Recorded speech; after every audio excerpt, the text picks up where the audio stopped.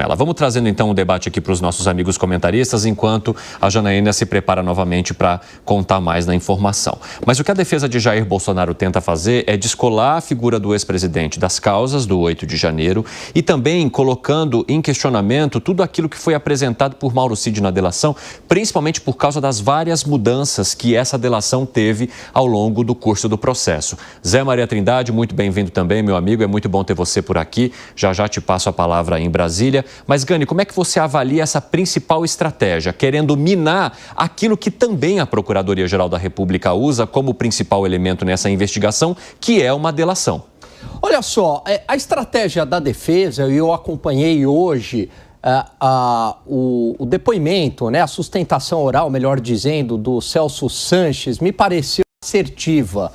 Primeiro, porque mostrou que os atos preparatórios não houve violência. Portanto, se não houve o uso da violência ou da grave ameaça, aquilo não pode ser enquadrado como um crime. Além disso, também desqualificou a delação de Mauro Cid, mostrando muitas contradições, né? 9 versões ali, então não dá para você simplesmente confiar na acusação da PGR, que foi basicamente sustentada por essa acusação do Mauro Cid. E aí, para finalizar, Evandro, não há elementos que liguem Jair Bolsonaro, o entorno de Jair Bolsonaro com o 8 de janeiro, que seria o uso da violência ou grave ameaça. Então não existe uma prova material que ligue o ex-presidente ao evento do 8 de janeiro. Por conta disso, ele seria inocente. Zé Maria Trindade, o que a Procuradoria-Geral da República alega basicamente é que a colaboração de Jair Bolsonaro para o 8 de janeiro tem a ver com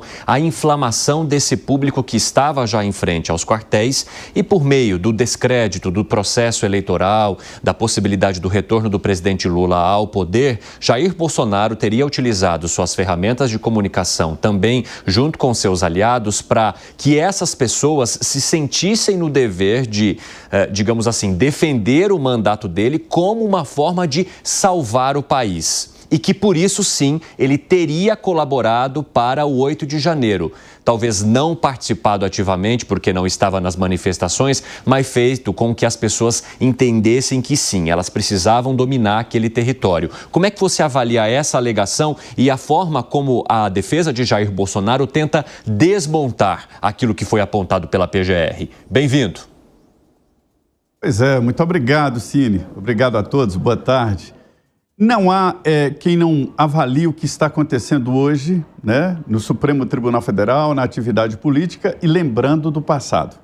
E até aliados do presidente Jair Bolsonaro dizem que o grande pecado, se houve um grande pecado, foi exatamente não desmobilizar os que estavam na frente dos quartéis em todo o país e principalmente aqui no quartel-general.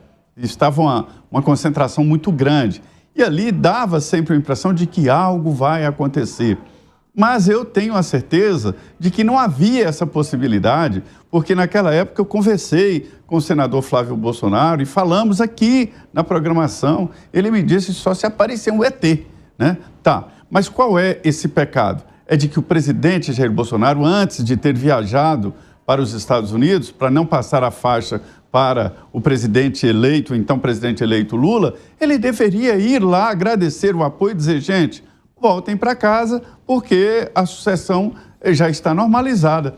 Esse teria sido o grande erro de não fazer esse comunicado, porque a partir daí a coisa se desvinculou. O Alan falou muito bem, não há como negar que haviam conversas, que havia um projeto, que havia os sussurros no ouvido do presidente Jair Bolsonaro para que não assumisse o presidente eleito Luiz Inácio Lula da Silva. Não dá para negar isso. As provas são evidentes até além da delação do tenente-coronel Cid. Isso fica muito claro nas defesas. Todas as defesas, e nós vamos falar muito sobre elas aqui, né? Todas as defesas agora estão centralizadas no seu cliente. Cada advogado pensa no seu. E elogia o ministro, diz que ele é bonito demais e tal, porque é a defesa. A função do advogado é defender o seu cliente na estratégia que ele julgar necessário, né? Então, é isso mesmo. Havia um planejamento, mas esse planejamento não inclui armas, esse planejamento não incluía o quebra-quebra, a invasão dos prédios. Esse planejamento foi desfeito muito antes, lá atrás, né?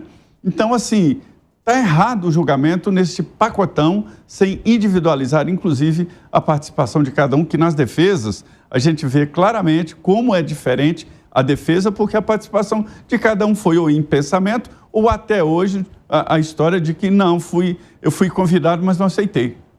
Inclusive, a gente tem uma pergunta lá na nossa enquete no YouTube, você pode participar. A pergunta é: qual deve ser o desfecho do julgamento de Bolsonaro? Condenação com base nas provas, absolvição por falta de crime, uma condenação injusta?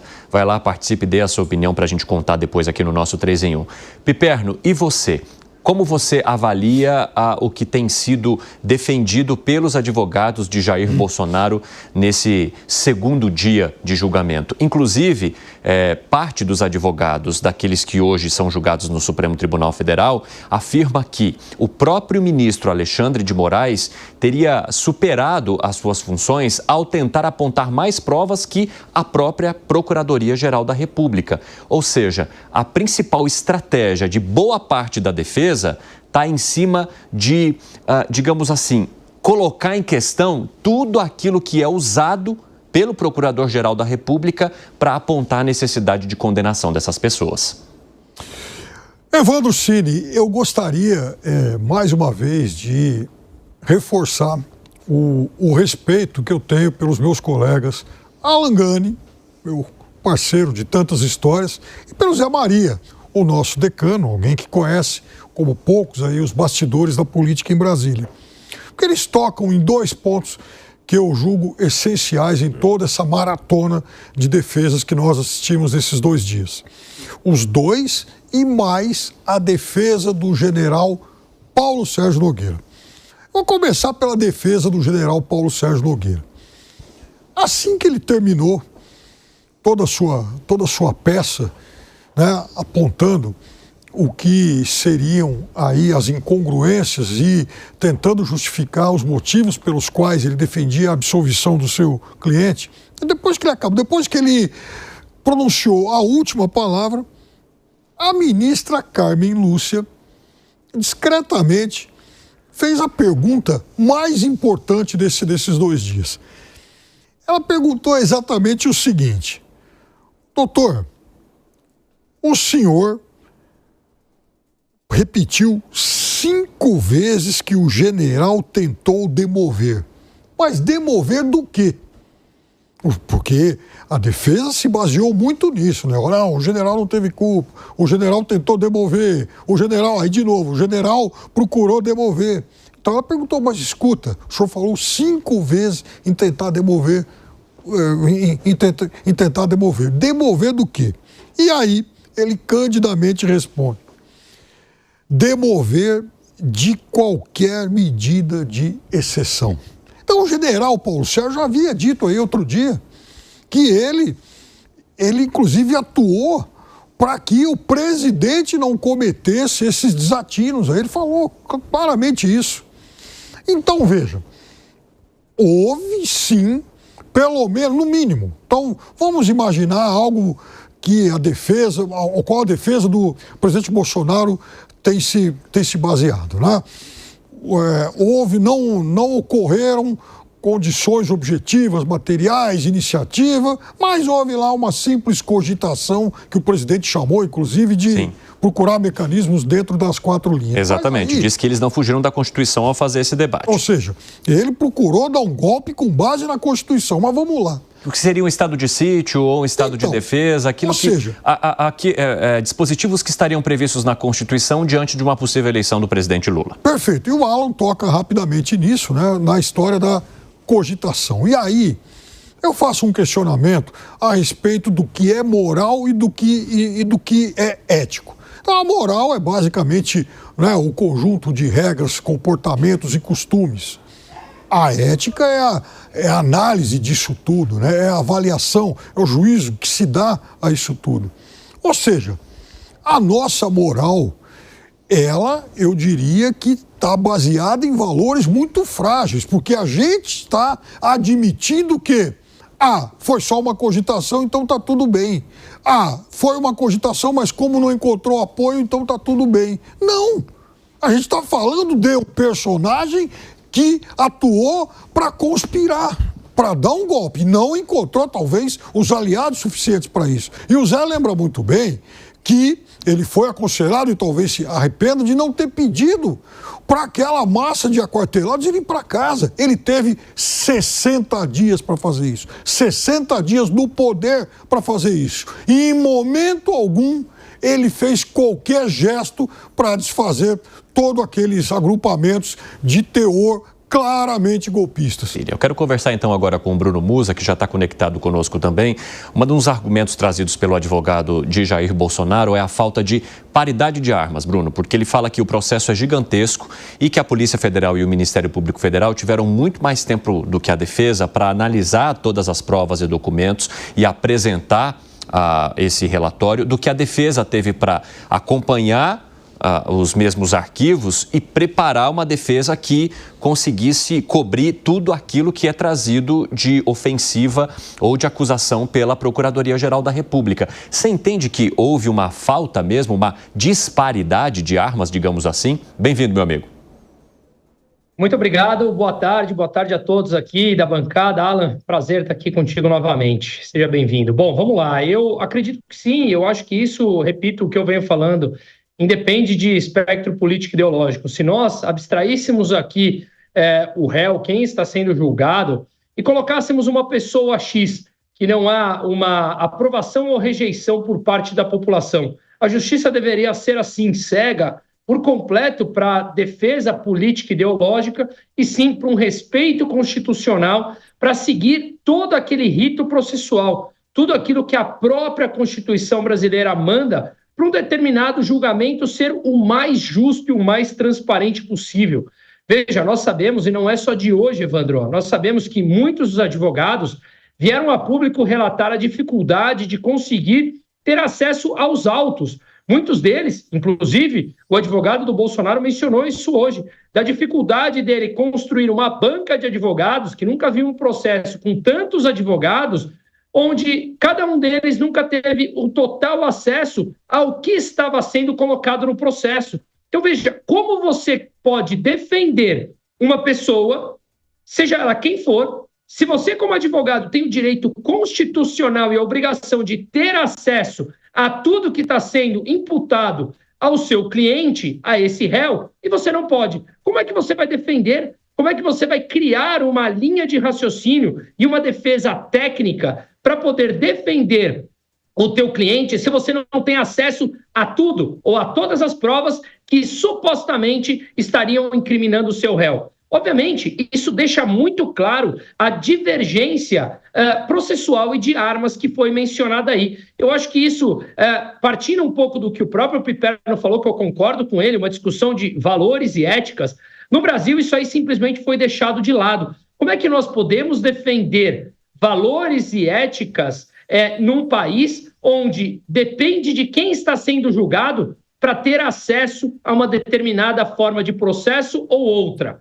Ou, se eu gosto da pessoa, devo condená-la ou devo absolvê-la. Se eu não gosto da outra, eu devo ter uma outra tratativa. Mas a Constituição não diz isso. A Constituição pouco importa se você gosta daquele ou do outro réu. Ela diz que você deve segui-la. E, obviamente, repito, se nós não gostamos da Constituição, e eu sou um deles, um amplo crítico da Constituição de 88, façamos do rito legal de todo o processo para conseguir alterar a Constituição de acordo como ela manda que seja alterada, mas não inventarmos regras e darmos mais força para um lado, porque nós gostamos mais de um ou não gostamos pessoalmente do outro. Isso não é justiça, isso são armas diferentes e isso é uma discussão, sim, de valores e éticas, de virtudes, que simplesmente no Brasil foi completamente abandonado, deixando de lado e funciona para um lado. Portanto, não há ética, não há moral e não há Constituição.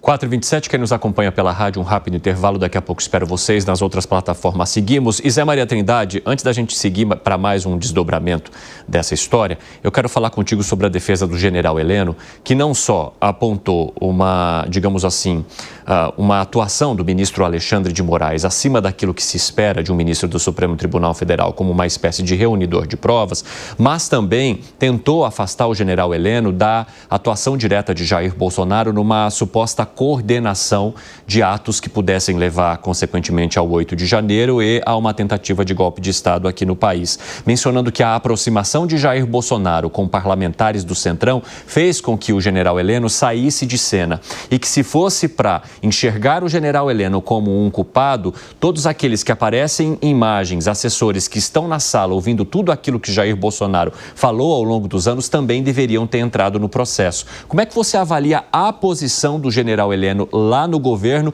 e que agora gera esse tipo de acusação da Procuradoria-Geral da República? Zé, você que acompanhou de perto aí. Pois é, essa argumentação da defesa do general Heleno me lembra ali um assunto que nem foi citado neste julgamento, que foi usado na época do Mensalão, que é a história lá do domínio do fato, né? De que o chefe ou sabia ou deveria saber do que estava acontecendo. Isso não foi citado e foi uma crítica muito forte sobre o uso desse tipo de argumento, né, no passado, que acabou entrando ali no mundo jurídico de uma hora para outra. O general Heleno, realmente, no início do governo, durante a campanha no início do governo, ele era muito forte, tinha acesso ao gabinete do presidente Jair Bolsonaro, do então presidente, né? E ele me dizia que estava meio complexo o trabalho dele, porque quando ele tinha uma informação, ele tinha que checar, né, que os militares chamam de informe, que é uma informação não confirmada. Ele checava, quando ele chegava no gabinete do presidente, o presidente dizia, já sei, e já não sei o que e tal, já vi, e o próprio presidente tinha umas maneiras de fazer uma checagem, de ligar diretamente para a pessoa próxima ao acontecido. Então, assim, a relação foi desgastando e ficou de vez azeda quando o Centrão se aproximou do governo e general Heleno falou se falar com o Centrão, se gritar pegar ladrão, não fica meu irmão. Ele fez esse discurso. E isso inviabilizou o Centrão do general. Ali ele afastou. E o interessante desta defesa é exatamente sobre a impossibilidade dos advogados decifrarem tantos códigos e tantos arquivos. E a gente que trabalha com informação sabe que informação demais é a não informação. Então, assim, tinham terabytes de documentos e de fotos e de áudios. Quer dizer, é impossível, mesmo para um escritório grande e caro como os que estão contratados, né, poderiam imaginar 4 terabytes de documentos. É impossível analisar todos e se defender de todos, né? Então, a defesa foi desta linha e, principalmente, é uma das raras vezes em que o advogado bate de frente com o ministro Alexandre de Moraes, né? Dizendo que ele fez mais perguntas do que a defesa, do que a acusação. Esse é um papel da acusação. É claro que o juiz pode também fazer provas, mas não pode ser a parte ativa na acusação. Então, assim, agora a gente vê principalmente esta individualização do papel ou não papel de cada um.